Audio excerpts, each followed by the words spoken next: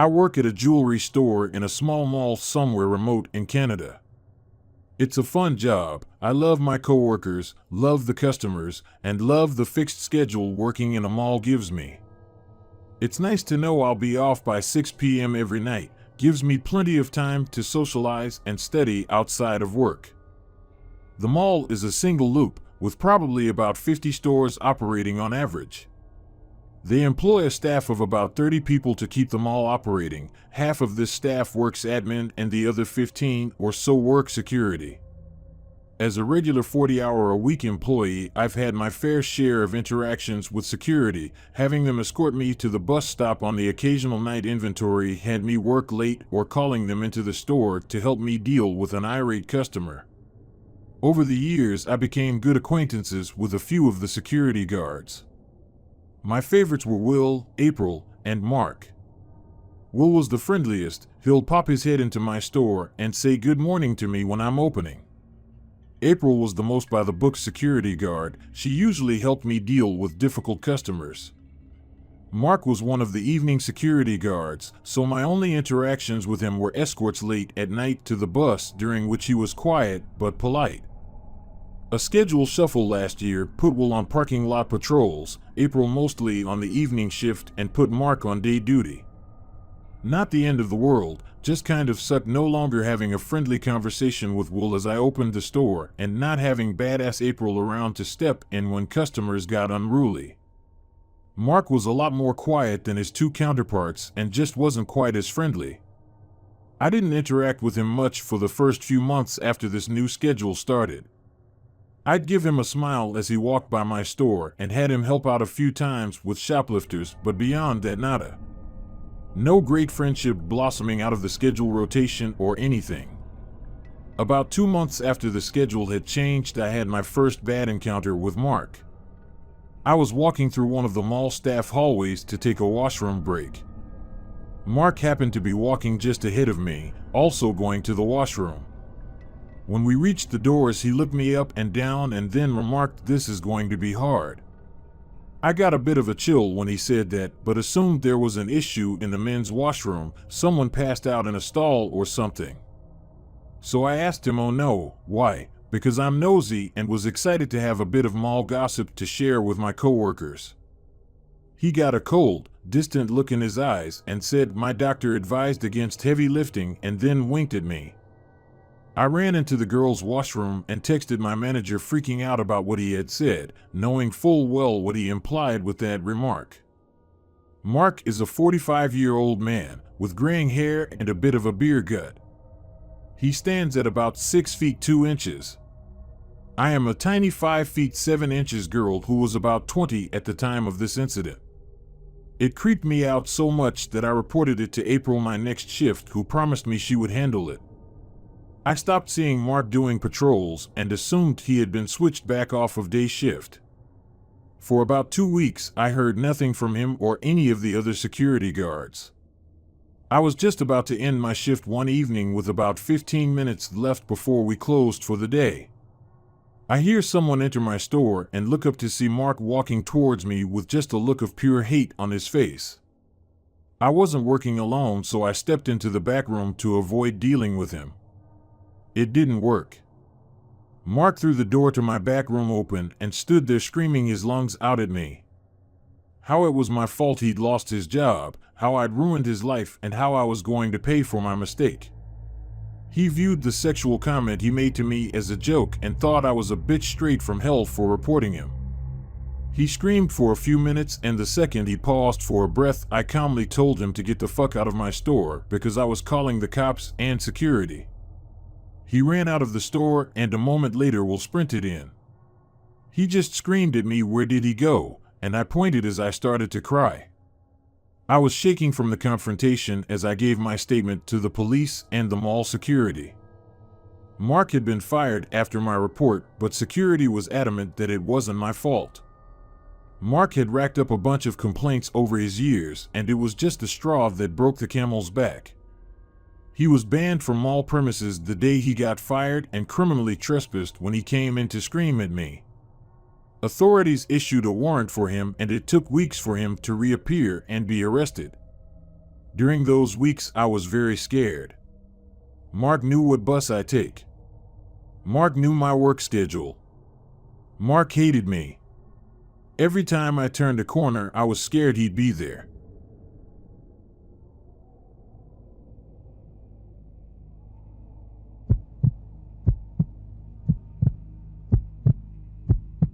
This happened to me when I was 19, which would have been in 2003. I was born and raised in a small town, and I was pretty sheltered throughout my childhood and teenage years.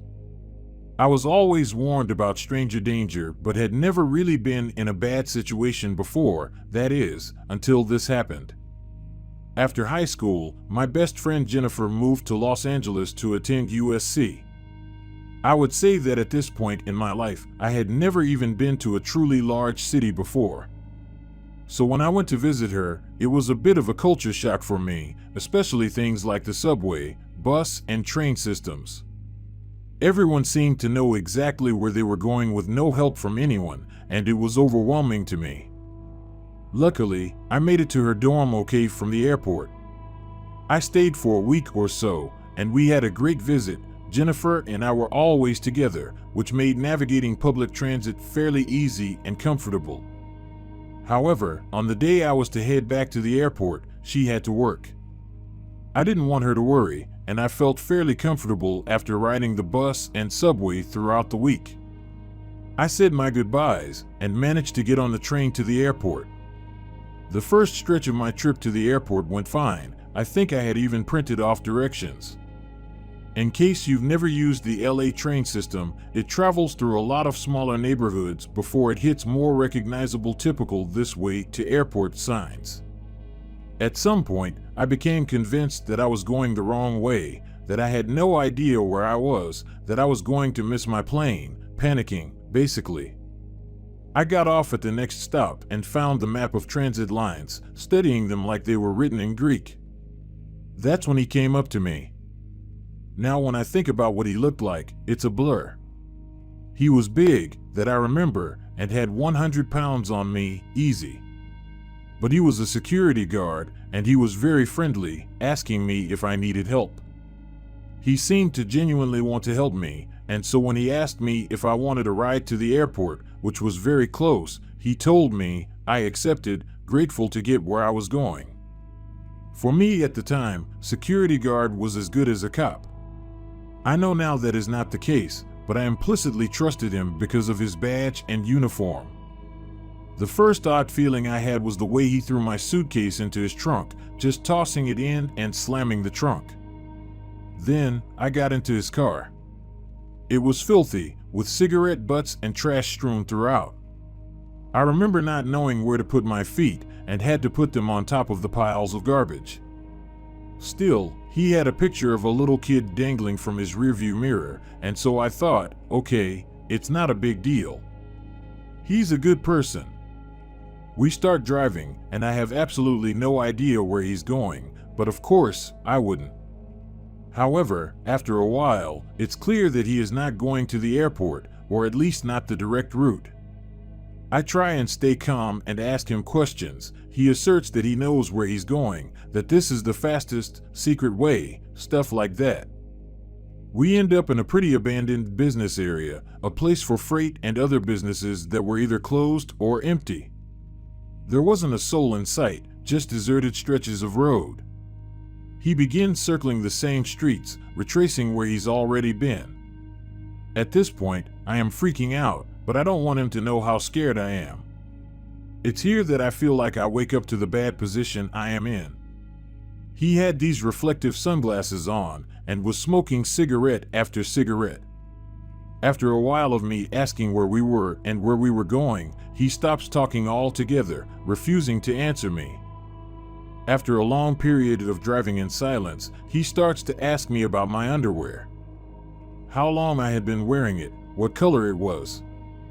At first I played along, trying to be cool. I guess I made up the color they were, saying that my boyfriend wouldn't like the conversation, stuff like that. I tried to placate him, not wanting to make him angry. Then he told me he would give me $100 just to see my underwear, and began to reach over and try to touch me, my knee and thigh. I just told him no, not interested, and he did not stop trying. At this point, I am fully aware of the danger I am in.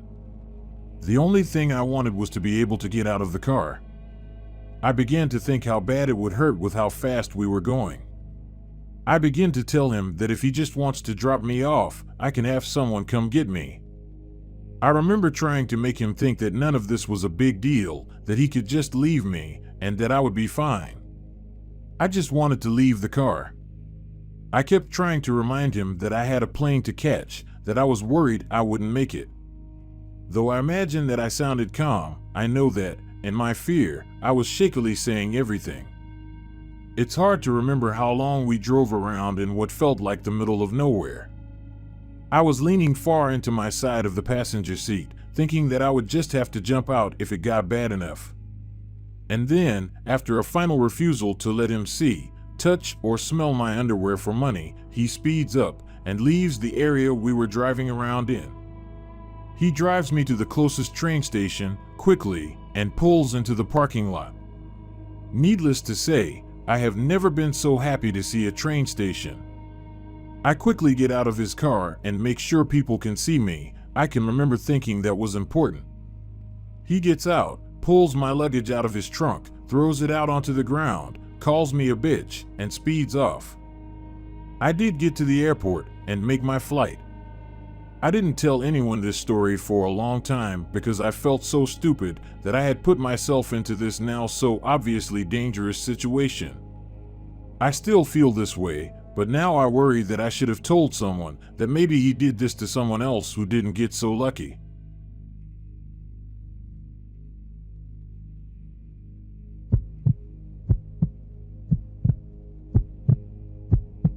To give to a little bit of a backstory on my place of work, the building itself consists of a bunch of small one-floor corporate offices. There are probably about 9 or 10 in all, so there are usually a fair amount of people here during the day. On one side, which is where my office is located, there is a small but thick wooded area where if you go to the edge of it, you can see the residential street behind it. Now in the day it isn't creepy at all, but after about 7 o'clock, the creepiness increases because of the lack of activity and street lights. It looks like a ghost town with the exception of about 6 cars, including mine. I guess this plays a big part in my fear, considering I am a 25-year-old, 5 feet 3 inches female working until 1 in the morning by herself. One seemingly normal day, I went outside to my car during my break to make my way to the nearest fast food place and realized I forgot my phone sitting on the charger under my desk.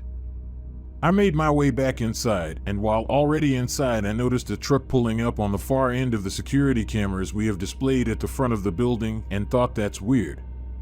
Who was coming to work at 9 p.m., but kind of brushed it off and retrieved my phone. I also stopped for a split second to use the bathroom and talk to my coworker a little.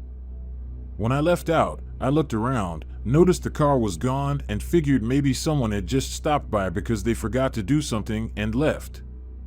I got my food and about 20 minutes later pulled back into the parking lot, but stayed further down from where my office was located because I still had time to kill. So I noticed the truck parked to the far corner of the lot with no lights on, and again thought it was weird because earlier in the day the truck was heading towards the area where I now sat. I saw his headlights flick on and he started to drive toward me. I kept my head down in my phone while stealing glances to see where he was going. He pulled up next to me, being so close that if I wanted to get out, I would have to really squeeze myself in between the cars. I began to panic and saw that he opened his car door, making the light turn on, allowing me to now see him. I panicked and threw my car in reverse as he started to jog around to my side. I know I shouldn't judge, but this guy was huge. He was dressed in dark clothing, stood about 6 feet 3 inches or so, and looked like he could easily weigh 350 pounds. All I thought of was how easy it would be for him to knock me out and throw me in his even bigger truck without anyone noticing I was in there. He held his hand up as if to tell me to stop, but I was already hauling ass out of there. The last thing I want to do is talk to some strange man in a parking lot when it's almost 10 o'clock at night. I looked in my rear view and saw that he was making his way back into his car. I freaked out even more at this point. I wasn't too familiar with the area, only the interstate that led into the offices from the highway, so I decided to hurry up and dip into the residential area, figuring that it would be easier to lose him if he were following me. I did so and kept checking if he followed me, which he didn't. I pulled out my phone after I stopped a couple blocks away and called my mom to ask what I should do. She didn't answer, and my mind went back to the other female at my job who would be leaving in about 30 minutes. I called her and I told her what happened, and she told me she didn't see anyone and I was probably overreacting because he didn't get a chance to talk and say what he wanted. She did say, however, that when I come back in, to call her and she will walk me into the building since I was so scared. While I was on the phone with her, I took the street closest to our building and saw that he was still there, just at the other side of the parking lot, waiting behind another car. I agreed, asked her to stay late with me tonight, and just sat there for about 15 minutes trying to rationalize in my head that nothing happened yet and I probably was overreacting, but I couldn't shake that gut feeling. Eventually, I made my way back and he was gone, to my relief. When I went inside with her, she gave me this horribly produced business card and said he had left it for me. She said he had banged on the door, but she was hesitant to open it because I had already called her and informed her about him. The doors have slam locks and cannot be opened from the outside without a pass. She said she opened it slightly and he yanked it open from her, told her he was hired security because kids were breaking bottles in the parking lots while pulling out a business card, and that he saw her friend, indicating he saw me leave. She said she just took it and told him something along the lines of, "Yes, she told me you saw her and you should have a little more manners when dealing with females so late at night." He said he understood and she waited for him to leave. I was kind of put at ease at this point, but that quickly faded into fear again. The same fear has only grown the more I think of it. Not one time did he see me enter my office or leave, and my car wasn't parked directly in the front, so how would he know which one I worked at? It also isn't easy to tell because from the outside you can't see which office is open. All of the offices have lobby doors that remain closed with the light on for security camera purposes. Also, if you really were a security guard, why would you leave within 15 minutes?